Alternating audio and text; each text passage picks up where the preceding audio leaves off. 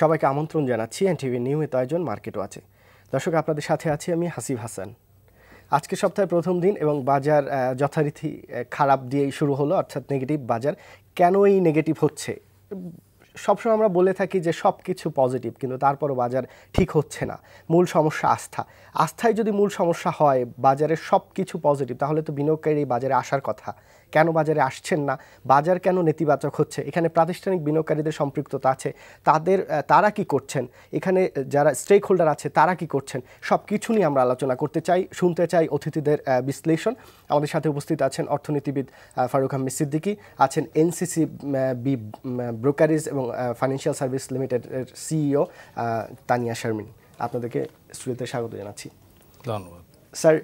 বাজারের আমাদের এই প্রোগ্রামটা শুরু হওয়ার পর থেকে আপনি মাঝে মধ্যেই আসেন, আমাদেরকে সময় দেন। আপনি অলওয়েজ বলেন যে এখানে আস্থার সমস্যা প্রকট। আস্থার সমস্যা এত দিনেও কেন ঠিক হচ্ছে না, কিংবা যারা নীতি নির্ধারক আছেন তারা কেন এই বিষয়টা বুঝতে পারছেন না যে আস্থার সমস্যাটাই মেইন? এখন আস্থার সমস্যাটা যদি প্রধান হয়, তাহলে সেই সমস্যাটা দূর করার দায়িত্ব তো কারো আছে। আমাদের বাজারের মূল সমস্যা হলো এটা রিটেল ইনভেস্টরদের বাজার। জি। ইনস্টিটিউশনাল ইনভেস্টরের রোলটা খুব সীমিত। এখন রিটেল ইনভেস্টরদের ব্যবহারটা অনেকটা ওই যে চিকেন অ্যান্ড এগ সমস্যা যেটা বলা হয়, অনেকটা ওই রকম। অর্থাৎ বাজার বাড়লে তাদের রাস্তা বাড়ে, বাজার কমলে রাস্তা কমে যায়। তো এইটা যদি রিভার্স না হয়, তাহলে কোনটা আগে হবে? আস্থাটা আগে বাড়তে হবে, বাজার বাড়তে হবে, তারপরে তারা আসবে, নাকি এটা আস্থা আগে বাড়বে তারপর বাজার বাড়বে? এই which one of the two first? কিন্তু এটা কোনোটাই হচ্ছে না। একটা না হলে কিন্তু আরেকটা হবে না। আস্থা না আসলে বাজার বাড়বে না, বাজার ভালো হবে না আস্থা না আসলে। জি স্যার। তো হুইচ ওয়ান ইজ ফার্স্ট? এই যে এটা বললাম, চিকেনের এই প্রবলেম দাঁড়িয়ে গেছে। এখন এখানে সবচেয়ে বড় রোল, যেহেতু is a small investor dominated market, এখানে বড় রোল হতে হবে ইনস্টিটিউশনাল ইনভেস্টরদেরকে এগিয়ে আসা দরকার। এবং নর্মালি বর্তমান সিচুয়েশানে এটা it should be buyers market. এবং এখানে নর্মালি যারা ইনস্টিটিউশনাল ইনভেস্টর আছেন, যারা একটু লং টার্মে ইনভেস্ট করবেন, তাদের জন্য এই মার্কেটটা তো খুবই লুক্রেটিভ। যে দামটা যে পর্যায়ে আছে, এখান থেকে তো মানে ঝুঁকির পরিমাণ এত কমে গেছে যে এখন it is a time for investment, long term investment. কিন্তু আমাদের দেশে যারা ইনস্টিটিউশনাল ইনভেস্টররা এগিয়ে আসছে না। তো অন্যান্য দেশে ইনস্টিটিউশনাল ইনভেস্টর বলতে মূলত আমরা মিউচুয়াল ফান্ড বুঝি, কিন্তু তারাই মূলত ইনস্টিটিউশনাল ইনভেস্টরের রোলটা প্লে করে। কিন্তু আমাদের দেশে মিউচুয়াল ফান্ড ঠিক ওইভাবে গড়ে ওঠে নাই। Most of the mutual fund আমরা দেখছি 2010 সালে রাতারাতি কত 25-30টা মিউচুয়াল ফান্ড গ্রো করেছে, যখন বাজার চাঙ্গা ছিল, ডেলি প্রফিটের ছিল। অর্থাৎ এরা ঠিক প্রফেশনাল দৃষ্টিভঙ্গি থেকে বাজারে আসে নাই, কুইক প্রফিটের জন্য বাজারে এসছে। এবং এই প্রফেশনালিজম ওইভাবে তাদের গ্রো করে নাই। সেকেন্ডলি, আমাদের বাজারে আবার একই সমস্যা, আস্থার অভাবের জন্যই হোক বা যথাসময়ে ক্লোজের মিউচুয়াল ফান্ডগুলো ক্লোজ করা হয় না, এই কারণেই হোক, আমাদের মিউচুয়াল ফান্ডের যেটা নেট ওয়ার্থ, যেটা এনএভি, যেটা পার শেয়ার, তার থেকে ট্রেডিং প্রাইসটা বেশ কম, প্রায় অর্ধেক। এটার কোনো কারণ নেই, কোনো রেশনাল নাই, কিন্তু দিস ইজ হ্যাপেনিং। এটা একটা বড় সমস্যা। এবং কীভাবে সলভ করা যায়? আমার মনে হয় one way of solving it is to ensure that a closed mutual fund closes on due day and the investors get profit. কারণ যেটার এইটা পার্থক্যটা আছে যে আমার এনএভির থেকে আমার মার্কেট প্রাইস অনেক কম। যদি আমি জানতাম যে 1 বছর পরে বা 1.5 বছর পরে এটা ক্লোজ হবেই এবং আমি টাকাটা কিন্তু এনএভির বেসিসে পাবো, তাহলে কিন্তু দামটা আগে থেকে বেড়ে যেত। কিন্তু এখন ইনভেস্টরটা শিওর হতে পারছেন না যে আসলে এটা ক্লোজ করবে নাকি আবার এক্সটেনশন হবে। স্যার, ওই ক্ষেত্রে দেখা যায় যে মানে হাইকোর্ট পর্যন্ত যাওয়া হয়, এবং সেই ক্ষেত্রে আপনি জানেন যে যারা বিনিয়োগকারীদের নাম দিয়ে হাইকোর্টে রিট করা হয়, এবং দেখা যায় যে আবার ওই যারা মিউচুয়াল ফান্ডগুলো চালাচ্ছেন তারাই এই মামলাটি করাচ্ছেন। মানে এই বিষয়গুলো তো এখন এটা তো কোর্টের আওতায়, তো আমরা কিছু বলতে পারি না। যে অনেক কোর্ট হয়তো অনেক কিছু দেখে সিদ্ধান্ত করে, আমরা হয়তো একটা দৃষ্টিভঙ্গি থেকে দেখছি। সেকেন্ডলি, যারা আমাদের দেশে যারা মূলত ইনস্টিটিউশনাল ইনভেস্টর, এগুলো হচ্ছে ব্যাংকস, মার্চেন্ট ব্যাংকস, আমাদের ফাইন্যান্সিয়াল ইনস্টিটিউশনস, মিউচুয়াল ফান্ডস কিছু খুব সামান্য, তারপরে বড় বড় ব্রোকার হাউস এবং নেটওয়ার্ক, যারা বড় নেটওয়ার্কের ইন্ডিভিজুয়ালস, এরা তো মূলত আমরা বড় ইনভেস্টমেন্ট করি। এনারা কিন্তু বেশিরভাগই ইনভেস্টমেন্টে এগিয়ে আসছে না। আমার মনে হয় কারণ হচ্ছে একটা কারণ, যে যেই ব্যাংকগুলো ক্যাপিটাল মার্কেটে ইন্টারেস্টেড, এই ব্যাংকগুলোর বেশিরভাগই সাবসিডিয়ারি আছে ব্রোকার হাউসে অথবা মার্চেন্ট ব্যাংক হিসাবে, এবং সেখানে তাদের সাবস্ট্যান্সিয়াল মানি ইকুইটিতে আটকে আছে, প্লাস তারা লোন দিয়েছে, সেই টাকাটা আটকে আছে। বিকজ বাজারের অবস্থা খারাপ হওয়ার ফলে এদের একটা বিশাল টাকা এদের সাবসিডিতে আটকে গেছে, যেখান থেকে তারা রিটার্ন হয়তো পাচ্ছে না, ব্যাংকের ক্ষতির সম্মুখীন হচ্ছে। সুতরাং তারা পোর্টফোলিও বিল্ড আপ করার মতো মানসিকতা তাদের এখন আর হচ্ছে না, যে এখানে রিস্কি হবে। একইভাবে যে যারা সেগুলো সাবসিডিয়ারি, তারা এই যে নেগেটিভ অ্যাকাউন্টের কারণে তারা এমন ঋণে জর্জরিত হয়ে আছে, তাদের নিজস্ব প্রবলেম তারা কোপ আপ করতে পারছে না, এবং যেহেতু বাজারে লো টার্ন ওভার, তাদের ডে টু ডে প্রফিট কমে গেছে, সাংঘাতিকভাবে কমিশন কমে গেছে, যার ফলে তারা নিজস্ব কোনো রকমে তাদের সংস্থাটা চালানোটাই প্রবলেম হয়ে গেছে। নতুন করে পোর্টফোলিও বিল্ড আপ করা তাদের জন্য একটা প্রবলেম। তো এভাবে দেখা যায় যে আমরা যারা লং টার্ম ইনভেস্টমেন্ট করতে পারে তারাও কিন্তু বিভিন্ন সমস্যায় জর্জরিত আছে, এবং এই দিকটায় আমার মনে হয় দৃষ্টি দিচ্ছে না রেগুলেটর হোক বা সরকার হোক, বা যে কীভাবে ইনভেস্টার যে ইনস্টিটিউশনাল ইনভেস্টারদের নিজস্ব সমস্যাগুলো সমাধান করে তারা এই লুক্রেটিভ বাজারে তাদেরকে আনা যায়। আমার মনে হয় এটাই একটা প্রায়োরিটি হওয়া উচিত, কারণ এই লং টার্ম ইনভেস্টমেন্ট না হলে বাজার কিন্তু কোনো দিনই ঠিক গতি পাবে না। জি, তানিপা, আপনারা চেষ্টা করছেন নতুন নতুন বিনিয়োগকারী নিয়ে আসার জন্য। আপনাদের মতো যারা ইনস্টিটিউশন, মানে ব্যাংক বা ফাইন্যান্সিয়াল ইনস্টিটিউশন সাবসিডিয়ারি কোম্পানিগুলোর দায়িত্বে আছেন, তারা বিভিন্ন জায়গায় দেখছি যে চেষ্টা করছেন। তো এই অবস্থায় আমরা দেখেছিলাম যে গত বছরের শেষের দিকে বা এই বছরের শুরুর দিকে কিছু ইনভেস্টর বাজারে এসেছিলেন, কিন্তু সেই অবস্থাটা কিন্তু এখন আর নেই, মানে সেটা কন্টিনিউ করছে না। মানে এই অবস্থায় আপনারা তো যাচ্ছেন এখনও বড় বিনিয়োগকারী বা অন্যান্য জায়গায়, তাহলে এখন কেন আসছেন না? কি স্যার যেটা বললেন সেটাই তো সমস্যা, কিন্তু তাদের মনোভাবটা কি? আপনারা কি ফেস করছেন? আমরা যেটা ফেস করি এখন নতুন ক্লায়েন্টের কাছে গেলে, যে আচ্ছা একটু ভালো হোক বাজারটা তখন আমরা আসি, মানে এখন ভালো হলে ওনারা আসবে নাকি ওনারা আসলে ভালো হবে, আসলে কথাটা কিন্তু একই। হয়তো যেমন নট অনলি ইনস্টিটিউশন, অনেকে আছে না যে হাই নেটওয়ার্ক ক্লায়েন্ট আমরা হয়তো বলি, ওনার একটা বাল্ক ভলিউম নিয়ে আমার কাছে আসবেন, উনিও কিন্তু খুবই শেকি থাকেন যে আচ্ছা আর একটু ভালো হোক তারপরে আমরা আসি। হয়তো সে আমার অ্যাকাউন্ট ওপেনিং ফর্মটা রাখছে, ইভেন ফিল আপ করে অ্যাকাউন্ট ওপেন করছে, বাট আমাকে চেকটা কিন্তু সে দিচ্ছে না। একই মানে একটু বেটার হোক তখন আমরা বাই করব, আর মানে মুভমেন্টে যাব এরকম।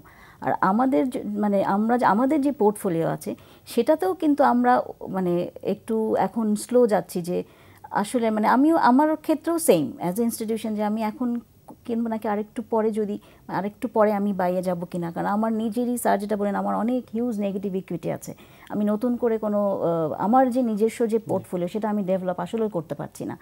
এখন এই নেগেটিভ ইকুইটি নিয়ে ব্যাংকে কিন্তু আমার ইন্টারেস্ট দিতেই হচ্ছে কোয়ার্টারলি একটা বিশাল পরিমাণে, বাট আমার আর্নিংটা কিন্তু তার 1/3ও হচ্ছে না। সেক্ষেত্রে আপনি কি করছেন? সেক্ষেত্রে কিন্তু আমাকে মানে লস নিয়েই যেতে হচ্ছে, না ফোর্স সেলেও কিন্তু আমি তো এখন যেতেও পারছি না। আমাকে মানে এক হচ্ছে ক্লায়েন্টরা এসএসসি থেকেও অফ আছে 2016 পুরাটাই, যে আমি যেতে পারবো না। আর কিছু ক্লায়েন্ট চাচ্ছে যে সেল আউট করে বের আসবে, বাট সেটাও হয়তো কিছু রেগুলেটরি ইস্যুস আছে, আমি ওভাবে যেতেও পারছি না। কিন্তু আমাকে ইন্টারেস্টটা কিন্তু অ্যাজ এ ক্লায়েন্ট আমি যেখান থেকে লোন নিয়েছি আমাকে দিতেই হচ্ছে। এখন আমি ইন্টারেস্ট দিয়ে আর আমার আর্নিং কতটুক, এটা কিন্তু আসলে 1:5ও হয় না।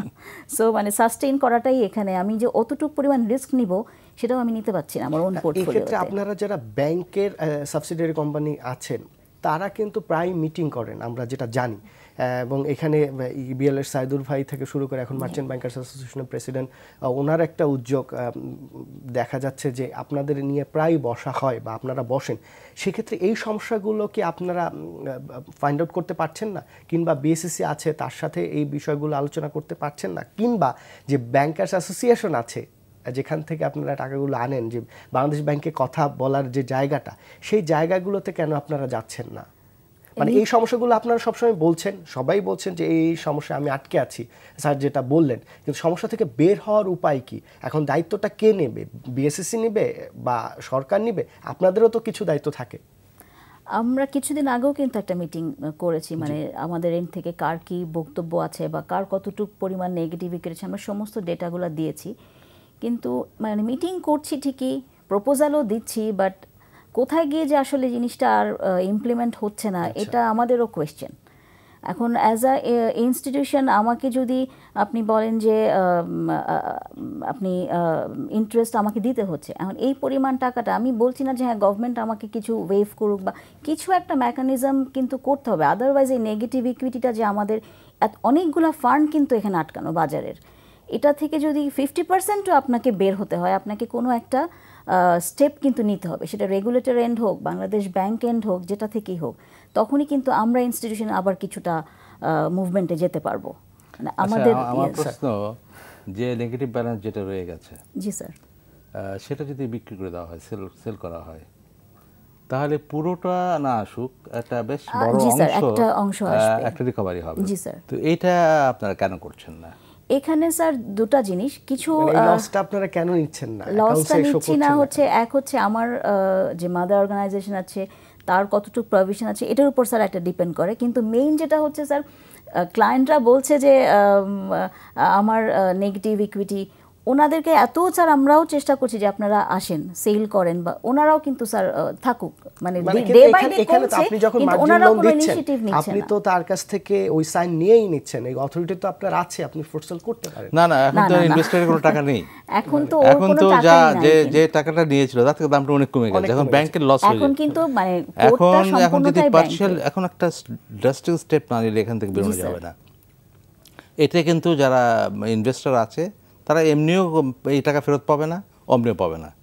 তো সুতরাং এটা যদি বিক্রি করে দেওয়া হয় একবারে, ওয়ান্স ফর অল, এবং বিক্রি করার পরেও কিন্তু ব্যালেন্স লস থাকবে কিছু, বেশ কিছু, সেটা একটা প্রভিশনিং করে বা রাইট অফ করে একটা টেম্পোরারি করে ওয়ান্স ফর অল এই প্রবলেমটা সলভ করা যায়। কিন্তু তার জন্য এটা আনপপুলার একটা মুভ হবে, কিন্তু অনেক সময় আনপপুলার মুভ নিতে হয়। কিন্তু স্যার এইটা করলে যেটা সমস্যা, যে আস্থা, বাজারের একটা মানে মুভমেন্ট আসবে বাজারে, কিংবা স্যার আপনি যদি দেখেন যে আমরা এই বাজারেও দেখছি যে কয়েকদিন পর পর তদন্ত কমিটি হচ্ছে, যেটা খুবই ইতিবাচক, স্বচ্ছতা জবাবদিহিতা ফেরানোর জন্য এটা করা হচ্ছে।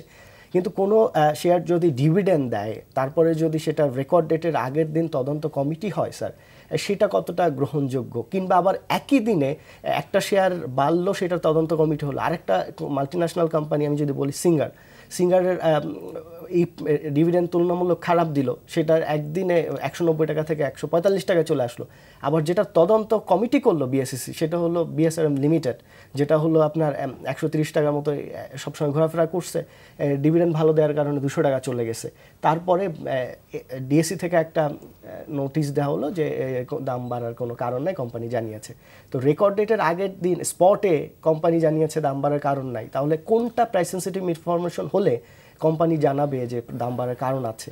মানে বিষয়গুলো কি রং মেসেজ যাচ্ছে না স্যার? না না, আমি এগ্রি করছি যে যখন একটা ইনকোয়ারি কমিটি করা হয় কোনো একটা দাম বাড়া বা কমার জন্য হোয়াটএভার, তখন প্রথমেই এসএসসিকে দেখতে হবে যে এই যে বাড়লো, এটা যুক্তিসঙ্গত কোনো কারণ আছে কিনা।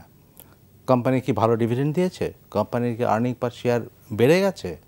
কোম্পানির কি আরও এক্সপানশনে যাচ্ছে? বিভিন্ন রকম হতে পারে। কোম্পানি কি কোনো এক্সটার্নাল কোনো খবর আছে যেটাতে করে ভবিষ্যতে ভালো হবে? এইগুলো না দেখে দাম বেড়ে গেছে বলেই আমি ইনকোয়ারি কমিটি করে ফেললাম, এটা ঠিক না।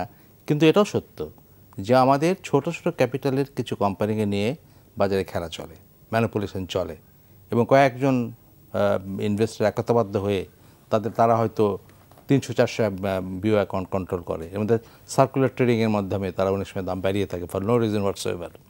সুতরাং এইটা এসএসসিকে দেখতে হবে যে এর ধরনের কোনো কারণ আছে নাকি এটা ম্যানিপুলেশন থেকেই হচ্ছে বলে মনে হয়। কিন্তু স্যার এই বিষয়টা যদি দেখা হয়, স্বচ্ছতা জবাবদিহিতা ফেরানোর জন্য, মার্কেটে একটা ভালো জায়গায় নিয়ে যাওয়ার জন্য এটা খুবই ইতিবাচক। কিন্তু আপনি ডিএসসি বা এসএসসির কাছে সফটওয়্যার আছে, সে দেখতে পারে কে কি করছে, তাহলে এই কমিটিটা করার পরে সেটা কি পাবলিকলি জানানোর কি দরকার? সে দেখলো, দেখে কেউ যদি এখানে প্রবলেম করে তাকে না, পাবলিকলি আমার মনে হয় কোনো কিছু গোপনে করা উচিত না, পাবলিকলি করা ঠিক আছে। কিন্তু যেখানে অসুবিধা, আমি সবসময় দেখছি যে একটা ইনকোয়ারি কমিটি করা হচ্ছে, তার রেজাল্ট কি, ফাইন্ডিংস কি, এই জিনিসটা ঠিক ওইভাবে ট্রান্সপারেন্টলি আসছে না। যে যদি অযথাই করে থাকি তাহলে তো কেন করা হলো। আর দ্বিতীয়ত মানে কিছু কিছু ক্ষেত্রে করতে হবে, কিন্তু এটা জাজমেন্ট অ্যাপ্লাই করতে হবে। বেড়ে গেছে দাম শুধু আমি করলাম তা না, বেড়ে যাওয়ার পিছনে যুক্তিসঙ্গত কোনো কারণ আছে কিনা, যদি থাকে তাহলে বাজারকে সব নিজ গতিতে সবসময় চলতে দেওয়া উচিত। মার্কেটের গতিকে কোনো কারণে যদি বাধা দেওয়া হয় সেটা খারাপ জিনিস। এবং আরেকটা জিনিস খেয়াল রাখতে হবে যে আমাদের আমাদের আলোচনা বা কথাবার্তা যখন বলি, আমরা খুব শর্ট টার্মে চিন্তা ভাবনা করি। বাজার পড়ে গেল, বাজার বেড়ে গেল, এই হলো, 1 মাস আগে এটা ছিল, এই। আমাদেরকে কোনো পলিসি ডিসিশন যখন আমরা নেব বা কোনো রেগুলেটরি অথরিটি যখন কোনো একটা সিদ্ধান্ত নেবে, সে কিন্তু হি লুক ফার হেড। সে এটা চিন্তাতেই নিয়ে আসবে না যে সামনের মাসে কী হবে। তাকে চিন্তা করতে হবে 1 বছর কী হবে, পরে কী হবে, 2 বছর পরে বাজার কী হবে, যেটা লং টার্মে বাজারের জন্য মঙ্গলজনক সেটাই বাজার তাকে করতে হবে। তাতে করে যদি শর্ট টার্ম একটু এদিক ওদিক হয়, ইট ডাজন্ট ম্যাটার। এটা খেয়াল রাখতে হবে। জি, তাহলে এখন বাজারের যে অবস্থা, বড় ব্রোকারেজ হাউসগুলো যদি আমরা বলি, টপ 10 ব্রোকারেজ হাউসের মধ্যে বেশিরভাগই ক্লায়েন্ট নেই। দেখা যাচ্ছে নিজের পোর্টফোলিও যেটা আছে সেটারই কিছু ট্রেড করে হয়তো ট্রেডগুলো থাকে। তো এই অবস্থায় আপনাদের তো প্রচুর এমপ্লয়ি আছে, আপনারা এগুলো ম্যানেজ করছেন কি করে? এগুলো নিয়ে কি আপনারা বিএসএসসির সাথে কথা বলছেন? বা আপনার যারা মাদার অর্গানাইজেশন আছে, যে ব্যাংকেরও তো একটা প্রেশার আছে, হ্যাঁ, এই অবস্থায় কি করছেন? রেগুলেটরের সাথে ওভাবে কথা হয়নি, বাট আমি জয়েন করার পরে কিছু ফাইন্ডিংস একসাথে করে, রিসেন্টলি আমি যাব, আমার মাদার অর্গানাইজেশনকেই আমি আসলে বলতে চাচ্ছি যে এইভাবে করে এত ইন্টারেস্ট দিয়ে আমার পক্ষে আসলে আর সারভাইভ করা সম্ভব না। ইদার সে আমাকে ওয়েভ করুক, ওর আমি তখন রেগুলেটরকে বলতে পারি না যে আমার ইন্টারেস্টটা ওয়েভ করে দেন, এটা তো এটা রেগুলেটরও পারে না। হ্যাঁ, এটা আমার বলাটা উচিত হবে না। আমি একমাত্র আমার মাদার অর্গানাইজেশনকেই বলতে পারি, এতটুকুই পারি বলতে যে আপনি আমার হয়তো কিছুদিনের জন্য ওয়েভ করেন, আর কিছু পার্সেন্টেজ কমিয়ে নিয়ে আসেন। প্রপোজাল আকারে কিন্তু আমরা মাদার অর্গানাইজেশনের সাথেও ডিসকাস করছি এবং তারাও কিন্তু কত পার্সেন্ট ইন্টারেস্ট দিতে হয়? স্যার এখন আমি দিচ্ছি 12%, বাট আমার আসলে সিঙ্গেল ডিজিটের জন্যই আমরা প্রপোজাল করছি যে কিছু তো আমাকে দিতেই হবে। একেবারে লোন দেওয়া হয় তখন ইনভেস্টরকে কত পার্সেন্ট দিতে হয়? ইনভেস্টর স্যার ডিপেন্ড করে, 14-15 এভাবে দিচ্ছে। এখানে একটা সমস্যা, আরো কিছু চার্জ আছে, যখন কিছু চার্জ আছে, আমাদের এখানে কোনো চার্জ নাই আসলে। এখানে একটা সমস্যা যে আমি যখন ইকুইটিতে ইনভেস্ট করছি, which is more or less বেশ সেফ ইনভেস্টমেন্ট, সেখানে আমি 14% 15% করছি, আমি নিচ্ছি ইনভেস্টরের কাছে। কিন্তু যখন আমি ব্যবসা করছি, আমি ইম্পোর্ট এক্সপোর্ট করছি বা কোনো ইন্ডাস্ট্রি করছি বা অন্য কোনো ধরনের ব্যবসা করছি, সেখানে কিন্তু ইন্টারেস্ট রেট অনেক বেশ কম। এখন তো স্যার সিঙ্গেল ডিজিটের এই অ্যানোমালি কেন হবে? এই অ্যানোমালি কেন হবে? যে ইকুইটির জন্য মার্জিন লোন নিলে কিন্তু অনেক বেশি রেটে ইন্টারেস্ট দিতে হচ্ছে, সেজন্য আমি প্রস্তুত করলাম। এখন এনসিসি ব্যাংকে হয়তো 14% নিচ্ছে স্যার, বেশিরভাগ ব্যাংকেই ব্রোকারেজের 15% এর উপরে দিচ্ছি, 15% এর উপরে স্যার। এখান থেকে ব্যাংকে কত পার্সেন্ট দিচ্ছে দ্যাটস নট ইম্পর্টেন্ট, ইনভেস্টরকে কত পার্সেন্ট দিতে হচ্ছে দ্যাটস দ্য ইম্পর্টেন্ট থিং। তাকে 15% দিয়ে এই মার্কেটে প্রফিট করা, হ্যাঁ আরো অ্যাড আছে, আরো তো স্যার আদার্স চার্জগুলো অলমোস্ট 20% হয়ে যাচ্ছে। আমি তো if I am an investor, আমি কোনোদিন এই হাই রেটে ইন্টারেস্ট দিয়ে আমি এই ব্যবসা করতে যাব না। সমস্যাটা হচ্ছে এখন তো নিচ্ছে না কেউ মার্জিন ঋণ, এখন কেউ নিচ্ছে না বা কেউ দিচ্ছেও না, যারা আগে নিয়ে আছে এবং সেটাই চার্জ কিন্তু 18%ই করছে, 17% করছে, বাড়ছে। এবং অনেকের অ্যাকাউন্ট দেখা যাচ্ছে যে নেগেটিভ না, কিন্তু শুধু ইন্টারেস্টগুলো অ্যাড হওয়ার কারণে স্যার নেগেটিভ হয়ে যাচ্ছে স্বাভাবিক। এবং সব অ্যাকাউন্ট কিন্তু স্যার নেগেটিভ না, অনেক অ্যাকাউন্টে আছে যেগুলো ট্রেড করে, হ্যাঁ ভালো, কিন্তু ওই ইন্টারেস্ট চার্জ, বিভিন্ন চার্জ অ্যাড হওয়ার কারণে। সুতরাং এই সমস্যার দিকে নজর দিতে হবে যে ইন্টারেস্ট রেটটা কতটুকু কমানো যায়। অন্যান্য সব জায়গায় কমেছে, এখানে কোনো কমলো না। এই দায়িত্বটা কে নিবে স্যার? আমি স্যার আমার ব্যক্তিগত অভিজ্ঞতা যেটা বলে, আমি এই তানিয়া আপাদের সাথে যতটুকু এরকম ব্রোকারেজ হাউসদের সাথে যতটুকু আমার রিলেশন বা খোঁজখবর নিয়ে দেখি, দায়িত্ব নেওয়ার কেউ নেই। কথা বলার, তানিয়া আপা কথা বলছেন, আরেকজনও হয়তো বলছেন, কিন্তু কথাগুলো কার কাছে পৌঁছাবে, কে দায়িত্বটা নেবে, কে উদ্যোগটা নেবে, এইটা স্যার এগুলো হচ্ছে না। তো যেটা মার্চেন্ট ব্যাংক অ্যাসোসিয়েশন আছে বা ব্রোকার্স অ্যাসোসিয়েশন আছে, বা এদের এই দায়িত্বটা নেওয়া উচিত যে কীভাবে কমানো যায়। আমাদেরকে ব্যাংক এত চার্জ করছে কেন, ফলে আমরা তো আমাদের ক্লায়েন্টকে অনেক বেশি রেটে নিতে বাধ্য হচ্ছি। এবং এটা প্রয়োজন হলে বাংলাদেশ ব্যাংকের সঙ্গে আলাপ করতে পারে, কারণ এটা তো এসিসির সঙ্গে আলাপ করে লাভ নেই, এসিসি এটা কমাতে পারবে না, তার কোনো ক্ষমতা নাই। এটা সেন্ট্রাল ব্যাংক কিন্তু এই ব্যাপারটা দেখতে পারে। এই ইস্যুগুলো সেন্ট্রাল ব্যাংকের সঙ্গে একটা অ্যাসোসিয়েশনের মাধ্যমে যদি তুলে ধরা যায়, স্পেশালি যারা আছে, তো এই ধরনের উদ্যোগ তো তাদের পক্ষ থেকে আসা উচিত। আমরা এই ব্রোকার্স অ্যাসোসিয়েশন হয়েছে অনেক দিন হলো, তারপরে সেটার তেমন নতুনই হলো 1 বছরের মতো, কিন্তু তারা হয়তো উদ্যোগ নেবে। কিন্তু আমরা মার্চেন্ট ব্যাংকার্স অ্যাসোসিয়েশন তো অনেক পুরনো, সম্প্রতি দেখছি তাদের কার্যকলাপ অনেক ইতিবাচক, এবং এখানে যে নতুন যে কমিটি এসেছে তারা অর্থমন্ত্রী থেকে শুরু করে সব জায়গায় দেখা করেছেন, এবং তারা একটা, আমি সবশেষ যে তথ্যটা জানি, তারা একটা প্রপোজাল তৈরি করছে, যেটা হলো একদম সরকারের সর্বোচ্চ পর্যায়ে থেকে শুরু করে বাংলাদেশ ব্যাংক পর্যন্ত সব জায়গায় দিবে, যে সমস্যা এইটা, এবং এইটা সলভ করলে হয়তো দীর্ঘমেয়াদে বাজারটা ইতিবাচক হবে, এরকম একটা কাজ চলছে এখন। সেটা দেওয়ার পরে কবে সেটার বাজারে এটার ইফেক্ট পড়বে, সেই পর্যন্ত এখন যারা 18% ইন্টারেস্ট দিয়ে তারা আছেন বাজারে, তারা কতটুকু টিকে থাকতে পারবেন, এই অবস্থায় আসলে আপনারা এখন কি করবেন? মানে আপনাদের টিকে থাকাটাও একটা বড় ব্যাপার হয়ে দাঁড়িয়েছে। যেমন বিনিয়োগকারীরা বাজারে এসে মুনাফা পাচ্ছেন না, প্রতিদিন মুনাফা না হোক একটা জায়গায় তো থাকবেন, কিন্তু প্রতিদিনই কমে যাচ্ছে। হয়তো আমরা ইন্ডেক্স খুব বেশি পড়তে দেখছি না, কিন্তু বাজারে যদি আজকেও দেখেন বেশিরভাগ শেয়ারই, বেশিরভাগ কি অলমোস্ট সব শেয়ারের দামই কমে গেছে, এবং কমার পরিমাণটা খুব বেশি পরিমাণে। আসলে আমাদের জন্য এখন সবচেয়ে বড় চ্যালেঞ্জটা হচ্ছে নেগেটিভ ইকুইটি। আমার মনে হচ্ছে এটা ওয়ান অফ একদম এক নম্বর রিজন এটা আমার জন্য অ্যাজ আ এনসিসি ব্রোকারেজ, যে এটার কোনো সলিউশন আমি কোনো এন্ড থেকেই পাচ্ছি না, যে আমি কি করব এটা নিয়ে, আমাকে ওই যে ইন্টারেস্ট দিতে হচ্ছে।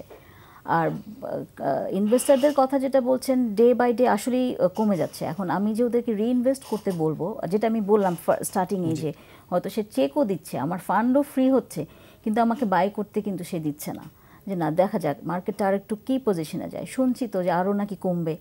এই জিনিসগুলা কিন্তু খুব এফেক্ট হচ্ছে। সবাই যখন একই কথা বলে তখন কিন্তু আসলে ওটা একটা মাথার মধ্যে ঢুকে যায়, যে না আমি এখন বাইরে যাব না, আর উনি তো বললেন যে একটু পরে যাই। এরা ধরেন ইনভেস্টার 4-5 জন কিন্তু নিজেরা হয়তো কথা বলেই আমাকে বলছে, আমি তো শুনলাম যে আর একটু পড়বে, আপনি একটু পরে বাই করেন। তখন কিন্তু আমার কিছু করার থাকে না, ক্লায়েন্ট যদি না চায় আমি কিন্তু ফোর্সলি বাই করতে পারি না, সেলও করতে পারি না। তো এই যে ওই একই কথা, যে আস্থার ব্যাপারটা আসলে কি, আমরাও বুঝতে পারছি না যে কখনই ইনভেস্টাররা আমার কাছে আসবে, নাকি আস্থাটা আগে ফিরে আসবে। তা আমাদের জন্য একটা খুবই চ্যালেঞ্জ, এই নিয়েও আমরা খুব চ্যালেঞ্জ ফেস করছি আস্থার ইস্যুটা। এই জায়গায় ফিরবে, একটি ফোন নিয়ে নিচ্ছি। দর্শক কে আছেন, আপনার প্রশ্নটি করুন। আসসালামু আলাইকুম, আমি চট্টগ্রাম থেকে মোহাম্মদুল আলিম বলছি। আমার প্রশ্নটা হলো, জি, এই যে অর্থনৈতিক সামগ্রিক সূচক সবগুলো পজিটিভ আছে, যদি আর্থিক প্রতিষ্ঠানগুলোর অবস্থা ভালো হলে অর্থনৈতিক সুযোগগুলো ভালো থাকে, তাহলে আর্থিক প্রতিষ্ঠানের অর্থনৈতিক অবস্থা যদি ভালোই থাকে, ডিভিডেন্ড প্রবাহ বাড়ে, ডিভিডেন্ড প্রবাহ বাড়লেই মার্কেটে পজিটিভ থাকে। এখন সত্যি কি অর্থনৈতিক সুযোগগুলো পজিটিভ, নাকি এটা আমাদেরকে শোনানোর জন্য শোনায়? জি, দর্শক ধন্যবাদ, আপনার প্রশ্নটি বুঝতে পেরেছি। স্যার এর উত্তর যদি দেন। এটা তো আছে। হ্যাঁ, অর্থনৈতিক সূচকগুলো তো অবশ্যই পজিটিভ। আমাদের গ্রোথ রেট প্রায় 6.5%, এবং কনসিস্টেন্টলি আমাদের 6% growth rate for last many years, এবং আমরা এটা দৃশ্যমান। আমাদের যে একটা অর্থনৈতিক উন্নতি হচ্ছে এটা কিন্তু বলে দিতে হবে না, চারিদিকে তাকালেই বোঝা যায়। আমাদের এক্সপোর্ট বাড়ছে, আমাদের রেমিটেন্স বাড়ছে, আমাদের ফরেন এক্সচেঞ্জ রিজার্ভ বোধহয় $28 বিলিয়ন অর সামথিং পৌঁছে গেছে। সুতরাং সূচক খারাপ এটা তো কেউ বলতে পারবে না, সূচকগুলো ভালো, পজিটিভ। যেখানে সমস্যা হচ্ছে, এই সূচকগুলো পজিটিভ হলেই যে ব্যাংকের হেলথ ভালো হবে বা পুঁজিবাজারের হেলথ ভালো হবে, নট নেসেসারিলি। কারণ এখানে কি ফ্যাক্টর হচ্ছে, ইনভেস্টমেন্ট কি হচ্ছে। এবং এখানে আমরা দেখতে পাচ্ছি যে গত বেশ কিছু বছর ধরে প্রাইভেট সেক্টর ইনভেস্টমেন্ট কিন্তু জিডিপির 21 থেকে 22%-এর মধ্যে সীমাবদ্ধ আছে, কোনো ক্ষেত্রে আরও কম। এর মধ্যে এটা মানে স্ট্যাটিক, তার মানে এবং ব্যাংকগুলোর যে ডিপোজিট রেট যেভাবে বাড়ছে, বোধহয় 13 বা 14% গত এক বছরে বেড়েছে ডিপোজিট রেট, কিন্তু ওদের লেন্ডিং রেট কিন্তু ওই হারে বাড়তে পারছে না, ফলে ফার্দার সারপ্লাস ক্রিয়েট হচ্ছে।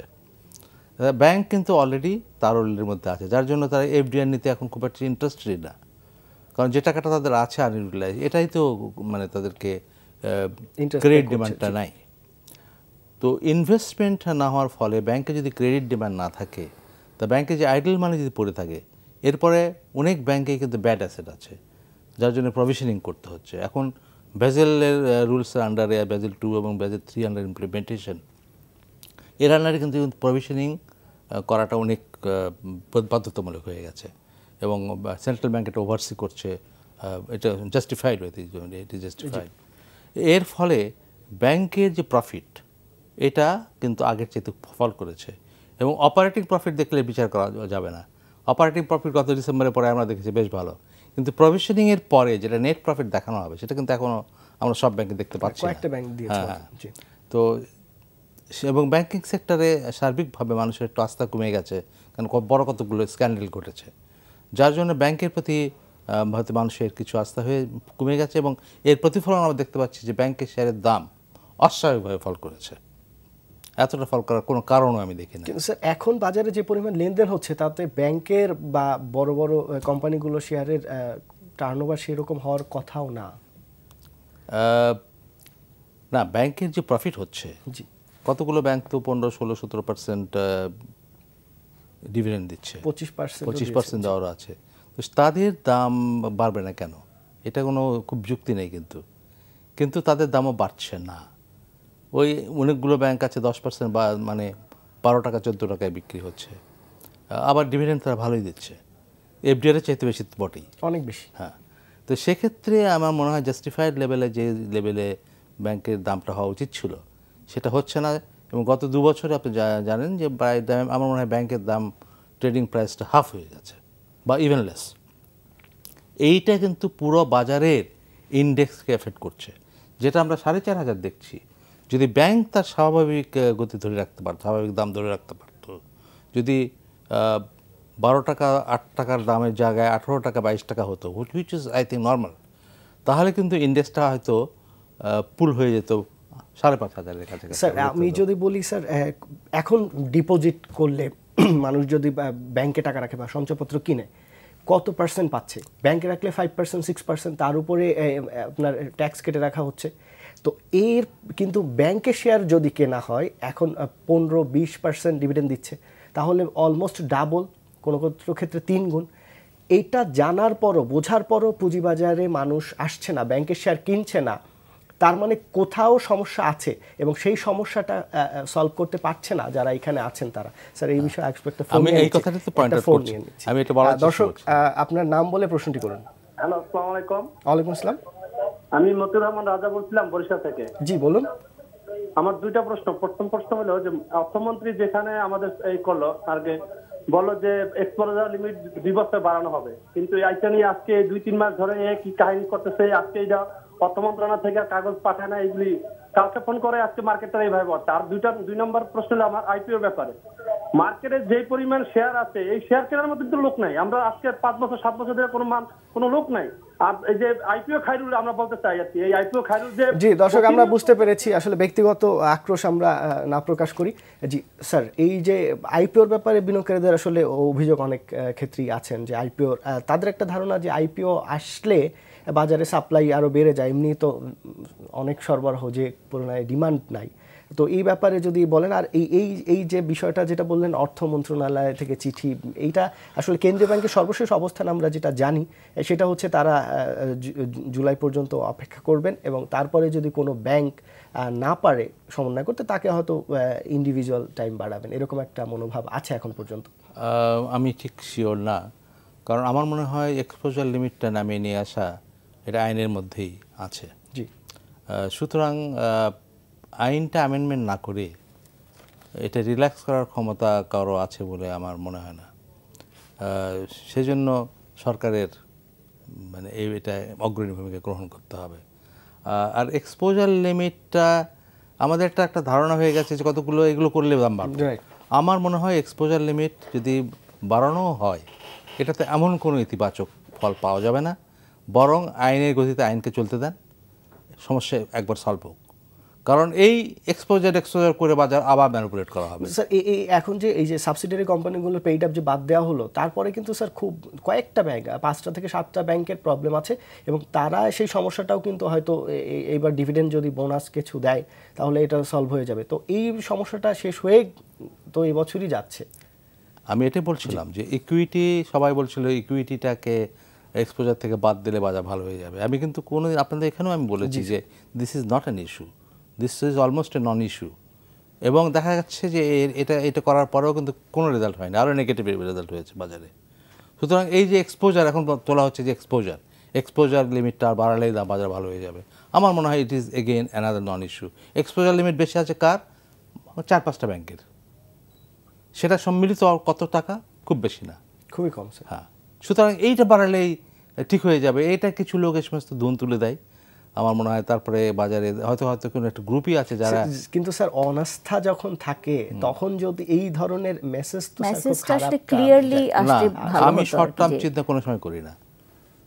যদি এখন টেম্পোরারি কিছু অসুবিধা হয়, আইনকে তার গতিতে চলতে দেন। তাহলে স্যার আইপিও এই মুহূর্তে যে আইপিও গণমূল্য দিচ্ছে স্যার, এটা তো তাহলে ঠিক আছে, লং টার্ম চিন্তা করলে বাজারে সরবরাহ বাড়ানো অবশ্যই ঠিক আছে। আইপিও আমি আটকাবো কেন?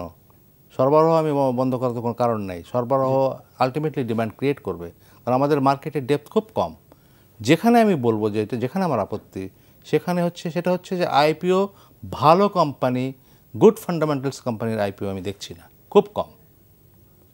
এখানে আমার একটা সমস্যা হচ্ছে যে আমার মনে হয় পুঁজিবাজারের মূল সমস্যা আইপিও বেশি আসছে সেটা না, কোয়ালিটি আইপিও আসছে না। গত 5 বছর আমরা যদি উল্লেখ করার মতো একটা কোম্পানি আমরা দেখছি না, যেটা জিপি। অ্যাবসলিউটলি। আমাদের এখানে যারা মাল্টিন্যাশনাল আছে বা যারা দেশীয় অনেক ভালো ভালো কোম্পানি আছে, ফার্মাসিউটিক্যাল সেক্টরে বা ইঞ্জিনিয়ারিং সেক্টরে, বহু সেক্টরে আমাদের অনেক ভালো ভালো কোম্পানি আছে, তারাও কিন্তু আইপিও দিয়ে আসছে না। এটাই আমার মেন কনসার্ন। আইপিও বাড়া উচিত, কিন্তু ভালো কোম্পানিকে নিয়ে আসা উচিত। এটা হচ্ছে না, কিন্তু আমরা দেখতে পাচ্ছি না গত অনেক বছর। এমনকি সরকারি যে কোম্পানিগুলো আনার ব্যাপারে সরকার প্রতিশ্রুতিবদ্ধ ছিল, বারবার তাদের প্রতিশ্রুতি ব্যক্ত করেছিল যে বাজারে আসবে, সেগুলো আসছে না। সুতরাং এখন বাজারে যেগুলো খুব মেডিওকার কোম্পানি, এমনকি কিছু রিস্কি কোম্পানি, এরা বাজারে আসছে, যেখানে ইনভেস্টমেন্ট লং টার্মে ঝুঁকিপূর্ণ হতে পারে। জি, তার একদম শেষ পর্যায়ে যদি আপনি বলেন এই অবস্থায় আপনারা বিনিয়োগকারীদের, তো এই যে একজন বিনিয়োগকারী ফোন করলেন, এরকম স্বাভাবিক তার পুঁজি নাই, তারপরও হয়তো শেষ পর্যায়ে কিছু ছিল সেটিও এনেছেন, সেটিও চলে যাচ্ছে, তো এই রকম আক্রোশ বিনিয়োগকারীদের থাকে, কিন্তু এইগুলো ম্যানেজ করেই তো হাউসগুলো চালাতে হয়। সেক্ষেত্রে আপনারা বিনিয়োগকারীদের ব্যাপারে কি পরামর্শ আপনার হাউসে দেন, এখন কি পরামর্শ দিতে চান? যদিও এই পরামর্শগুলো কতটা বাস্তবায়ন হবে, কতটা কাজে লাগবে সেটা নিয়ে প্রশ্ন। আসলে বিনিয়োগকারীদের স্মার্ট বিনিয়োগকারী হতে হবে, মানে লং টার্ম ইনভেস্টমেন্ট আসলে। কিন্তু আপনারা স্মার্ট হতে পারছেন না, তো আপনারাই বললেন আপনাদের এত সমস্যা, তাহলে বিনিয়োগকারী কিভাবে হবে? সেটাই কথা, মানে এটা কিন্তু রিলেটেড। আপনি যে স্যার যেটা বলেন যে সূচক ভালো, কিন্তু আমার ক্যাপিটাল মার্কেটের সাথে আসলে কতটুকু রিলেটেড আমার কাজের ক্ষেত্রে সেটা কিন্তু ডিপেন্ড করে। অ্যান্ড একদিকে আমার ইনস্টিটিউশনকেও কিছু দিতে হবে, ভূমিকা নিতে হবে, এবং আমাকেও কিছু সুযোগ সুবিধা দিতে হবে, যাতে আমি তখন ইনভেস্টরকে কিন্তু আমি দিতে পারবো। এটা কিন্তু আপনার একটা সাইকেলের মধ্যে, যে আমি একটা ইনস্টিটিউশন না থাকলে আপনি তো ক্লায়েন্টই থাকছে না। আমি তখনই দিতে পারবো ক্লায়েন্টকে যখন আমি ইনস্টিটিউশন একটা স্টেবল পজিশনে আসবো। কিন্তু অন্যদিকে যদি এইসব ক্লায়েন্ট না থাকে, আপনার ইনস্টিটিউশন চলবে কি করে? সেটাই আমি বললাম, কিন্তু যে ক্লায়েন্টও যেমন আমার উপর ডিপেন্ডেন্ট, আমি সেরকম ক্লায়েন্টের উপর ডিপেন্ডেন্ট। কিন্তু ক্লায়েন্টকে আমি যে সার্ভিস দিব বলেন, বা আমি এখন একটা মেইল পাঠাচ্ছি তার পোর্টফোলিও, সেটা কিন্তু আমার একটা কস্টিং আছে। আমি হয়তো চিন্তা করব কিছুদিন পরে যদি যে আমি এই সার্ভিসটা বন্ধ করে দিই, বিকজ আমি তো 2-3 মাস স্যালারি তো দিতে পারছি না। সেক্ষেত্রে আমি এইটা কিভাবে এনশিওর করব? এই বিষয়গুলো নিয়ন্ত্রক সংস্থা থেকে শুরু করে যারা আছেন সবগুলো বুঝবেন। স্যার, এই ব্যাপারে যদি এরকম ক্লায়েন্টরা হয়তো সার্ভিস তানিয়াপাদের মতো এরকম অনেকেই হয়তো বন্ধ করে দিবেন, কারণ বাধ্য হয়ে। একদম শেষ কমেন্ট যদি বলেন এই অবস্থায়। আমার মনে হয় এটা একটা মূল সমস্যা বাজারের স্থবিরতার, যেখানে আসল সমস্যা এগুলো কোনো অ্যাড্রেস করা হচ্ছে না। এই এক্সপোজার নিয়ে আমরা কথা বলছি। আসলে এই যে হিউজ নেগেটিভ অ্যাকাউন্ট এবং মার্কেট যারা প্লেয়ার্স, তাদের যে দুরবস্থা, তাদের যে ইনভেস্ট করার মতো ফান্ড নাই, দৈনন্দিন যে ডেইলি daily বেসিসে যে basis চালাবে, যে turnover এমপ্লয়িজদের টা। বেতন নেবে, এই লো টার্নওভারে সেটা করতে পারছে জি না। স্যার, জি এই স্যার, সমস্যাগুলো অ্যাড্রেস করা উচিত। জি স্যার, আমরা আশা করছি নিয়ন্ত্রক সংস্থা থেকে শুরু করে সরকারি নীতি নির্ধারক মহল এই বিষয়গুলো বুঝবেন। দর্শক, এখানে শেষ করছি। আগামীকালকে দেখা হবে নতুন অতিথিদের সাথে। সে পর্যন্ত সবাই ভালো থাকুন। আল্লাহ হাফেজ।